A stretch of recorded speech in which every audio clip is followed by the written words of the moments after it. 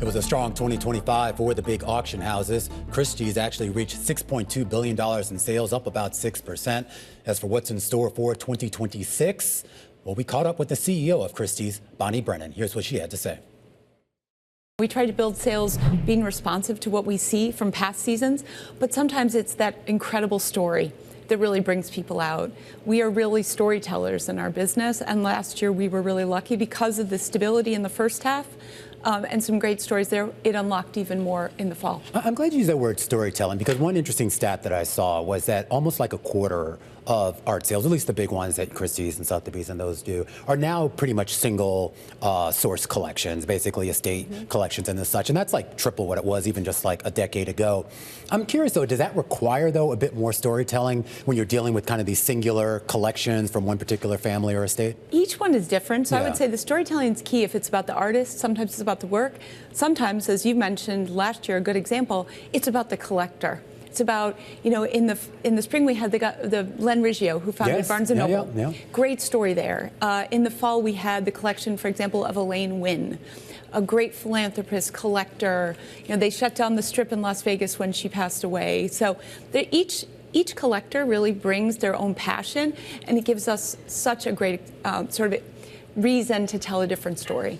I'd love to talk a little bit about who is bidding, and I want to start with where, because Christie's, it's particularly strong when it comes to the U.S., but you think about the luxury market worldwide, there's been concerns about what we're seeing in China, Europe as well. So, you know, you talk about how 2025, best year in 3 years, but how did it break down by geography? America is our biggest region. It's about half of our business. Then Europe. And then Asia actually was just over 25%.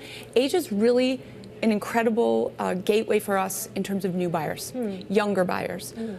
Half of our, take luxury for example, luxury was up last year. Even though the talk of the tariffs, our luxury sales, which we consider jewelry, wine, watches, handbags, cars, vintage cars, up 17% over 24. A number of those buyers and first-time buyers are coming from the Asia market. Well, yeah, I'm glad you brought up younger buyers, because that's something I wonder about. You think about millennials, for example. It seems like the taste for, framed artwork, fine art, has sort of been ceded to a lot of those luxury items that you mentioned. You think about collectibles when it comes to cars, comes to handbags. So are you seeing that trend as well? And how do you consistently meet and attract that younger buyer? That's our base goal, is to make sure that we keep that pipeline of new clients, new friends of Christie's coming to us. We had a really interesting stat that in 24, a new buyer average spend was about $22,000. Last year, that buyer came back and spent 50% more, and they bought in other categories. So we love sort of getting them in, whether it's buying a watch or a piece of jewelry, but exposing them to, say, prints and multiples or contemporary art or 20th century design. And we're seeing that in the numbers. They are transferring over, which is great. Well, we'll talk about kind of the diversification of offerings, because when we talk about these younger people who have the money and the interest in investing in this stuff, they're not necessarily just looking for the Picassos and the Kuhns and things that the older generations might have done. I was looking at your calendar for 2026. One that jumped out at me was Jim Irsay, who used to own the Indianapolis Colts, has passed on. You're going to auction a lot of his stuff, but this isn't like Monets and Rembrandts and things like that. Talk a little bit about what that Jim Irsay was such a passionate collector, and looking at his collection, 400 objects, tells us really the history of pop culture of the last 100 years. Some examples: the saddle worn by Secretariat, the Triple Crown horse, Muhammad Ali's championship belt when he beat George Foreman in that famous fight, Kurt Cobain's guitar that he used in the video to Smells Like Teen Spirit. There's a lot of talk about the dead this week with the passing of Bob Weir. We're going to sell one of Jerry Garcia's guitars called Tiger.